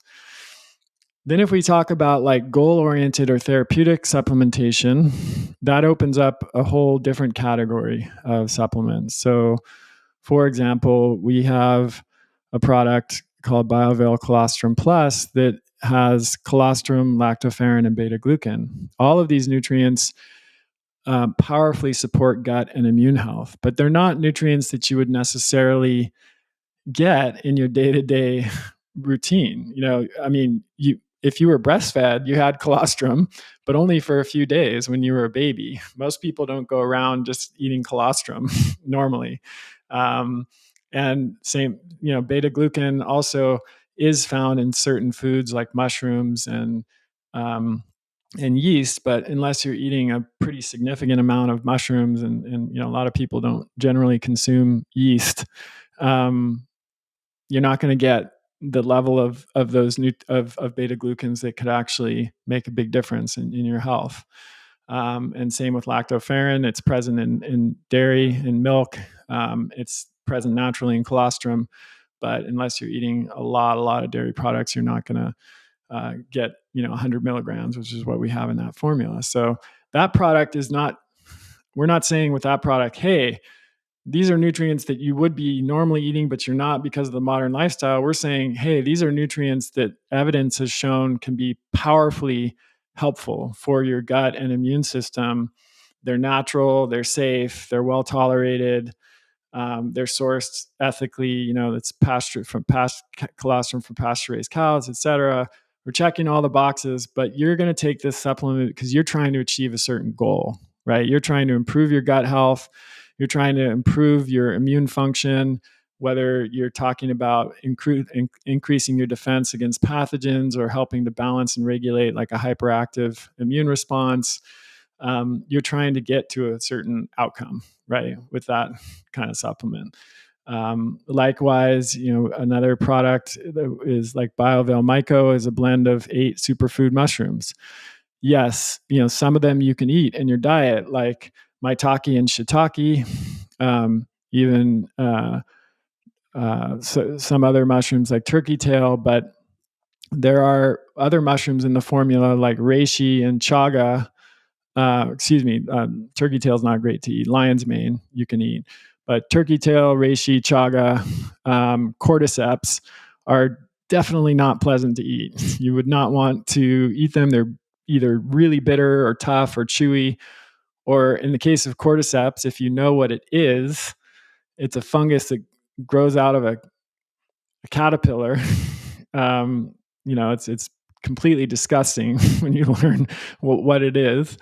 Um, Most people are not going to be eating those normally, but that doesn't mean that you can't take advantage of their incredible health benefits and try, if you're trying to achieve a particular kind of health goal. So that's how I look at supplementation from a broad perspective, is making sure you're taking care of your maintenance needs and then using targeted supplementation to achieve whatever particular outcome that you're going for. When somebody begins to augment their diet with supplements, what number should they shoot for? Because we have our recommended daily intakes. Are those enough for thriving or just enough to not run into deficiencies? Yeah, that's a good question. Again, it depends on the situation. I hate to keep saying this, but it is the answer, and it's tricky when you're, in the situation that I'm in as a clinician who has worked with people one on one for many years, and then as the founder and then chief formulator for Adapt Naturals, I'm in a different role where I'm trying to come up with doses of in the supplements that will be broadly applicable to the greatest number of people, understanding that there's still a lot of intra-individual variation in terms of what doses people need for optimal health. um, I think as a general comment, addressing your question, is the RDA enough? Should we just look at the RDA? Um, I would say the answer to that question is absolutely not, because the RDA, or recommended dietary allowance, merely represents the daily intake level required to avoid disease. It doesn't represent the nutrient intake that's needed to promote optimal health. And most people don't know this, but RDAs were originally developed during World War II to create nutritious rations for soldiers. So, they were not targeting like what's the best possible amount of this nutrient for lifelong health. They were trying to answer the question, how much do our soldiers in wartime need to be able to carry on, and not develop malnutrition symptoms. Those are two fundamentally different questions, and then as a result, answers.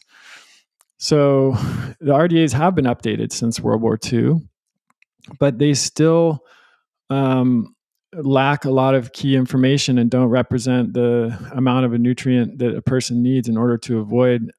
They still mostly represent the minimum amount of nutrition needed to avoid a particular disease or health outcome. So a really good example of this too is that the RDA needs to be continually adjusted based on the underlying factors that go into its calculation. So, body weight is one of them in a lot of cases. And if we look at magnesium, the RDA for magnesium was last updated in 1997. At that time, the average body weight for an adult male was 166 pounds, and for an adult female was 133 pounds. In 2021, researchers published a paper arguing that the RDAs for magnesium are way out of date and need to be updated because the average body weight in the US during that relatively short period has changed dramatically. So, for example, the average body weight for an adult male is now 196 pounds instead of 166. So that's a 30-pound difference in, basically a little over 30 years. And then you have the average body weight for a female went from 133 pounds to 169 pounds. That's an even greater increase. So when you plug in those increased body weights into the formula that's used to calculate the RDA for magnesium, it would go from for the average adult male right now over 30 years old, it's 420 milligrams is the RDA.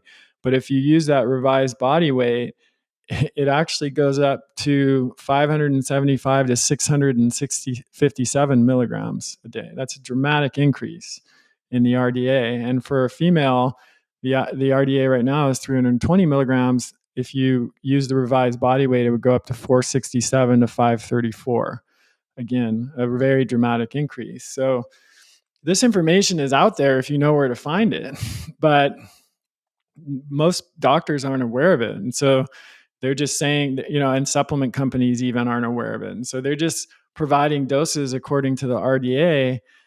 Well, we just learned of one example where if you were to actually recalculate the RDA based on average body weights now, the amount that is still not the amount for optimal health, is still just the amount to avoid disease, would be, a couple hundred milligrams higher than what the RDA is now. And so when I formulated Adapt Natural supplements, I don't just look at the RDA. I look at this original research, current published research, to tell me what the optimal dose is for most people to be able to not just survive, as you pointed out, Jesse, but to thrive, to live a long, healthy life and be able to do all the things they want to do and accomplish their goals, whether those are mental, mental health, physiological health, productivity, writing that book they always wanted to write, or being able to play with their kids well into their or grandkids or great grandkids well into their 90s, just to live a really rich and rewarding life. Earlier, you mentioned Costco, and this gets me thinking about supplement quality. And obviously, your supplements are of the highest quality because this is something you're passionate about in your life. But for somebody who isn't going to go and get your supplements and maybe buying things at places like Costco or health food stores, talk about that continuum of quality and how that impacts what we're getting. Yeah. Um, Unfortunately, the supplement business is uh, very big business, is worth hundreds of billions of dollars as an industry, and there are a lot of people who enter the market with maybe not the best motivations. It might be more of a profit motive than coming from a place of truly wanting to help people. I didn't start in supplements. I started um, in functional being a functional medicine clinician. I suffered from a severe and debilitating chronic illness myself for many years that took me a long time to recover from, and that was actually what led me into my career in functional medicine. It was I was not the kid who grew up saying I wanted to become a doctor. I was led to this from my own challenges and knowing how hard it can be to recover your health and vitality. And then after 15 years of treating thousands of patients and then ultimately starting a training institute and training over 2,000 healthcare practitioners in more than 50 countries around the world, I wanted to find a way to leverage the knowledge that I had gained in that experience in a form that could be accessible to even more people, because there's a limit to the number of people I can see as a clinician, and even we could see in my clinic where we had multiple doctors working in the clinic is still only going to be able to affect a small percentage of the population. And so I came to this from that background and that perspective of just knowing what really works, really wanting to help people with premium high quality ingredients and products. Whereas a lot of the supplement companies out there were started by business people that see it as a good opportunity to have a profitable business, and there's nothing wrong with that. And that doesn't mean that there aren't companies out there that have that as a background, those origins that aren't making good products. But it does mean, unfortunately, that there's a lot of bad products out there, and it's very easy to cut corners in the supplement world without people knowing it necessarily, because they don't know what to look for and they don't know the right questions to ask. And if you use cheaper, inferior materials, and you don't bother to do third party testing or validation, for example, you're going to save money because the cost of your product is going to be lower, and that's going to increase your profit margin. And that's just how it works. But at Adapt Naturals, we continually and have always made choices where we sacrifice some bottom line profitability just to provide a product that we know is of the highest quality and is going to actually benefit people, make them healthier, not cause any problems down the line, and um, just be the best possible product in whatever category that we're entering into. So that's always been my perspective. And I think in general, whether somebody chooses a product from us or another supplement company, I would look for companies that have that kind of pedigree of, maybe were founded by someone with a clinical background and are, demonstrably using the highest quality products that they can, or ingredients that they can in their products. Chris, I know you got to go, but we'll end on this. There's a handful of supplements that I can think of out there that have controversy around them. And they're supplements that I'm either currently avoiding or have avoided at different times. We don't have time to get into a lot of them, but two I'd like to hear your opinion on before we go is iodine and calcium. How do you feel about supplementing with these? So I'm going to say this for like the 93rd time. It depends. Iodine can be extremely important to supplement with if you're iodine deficient. And if you are getting enough selenium, and perhaps if you don't have Hashimoto's or another autoimmune thyroid condition. However, if any of those things are true, like you're selenium deficient and or you have an autoimmune thyroid condition, iodine supplementation can be challenging and problematic, and should be done under supervision of a healthcare provider, I think.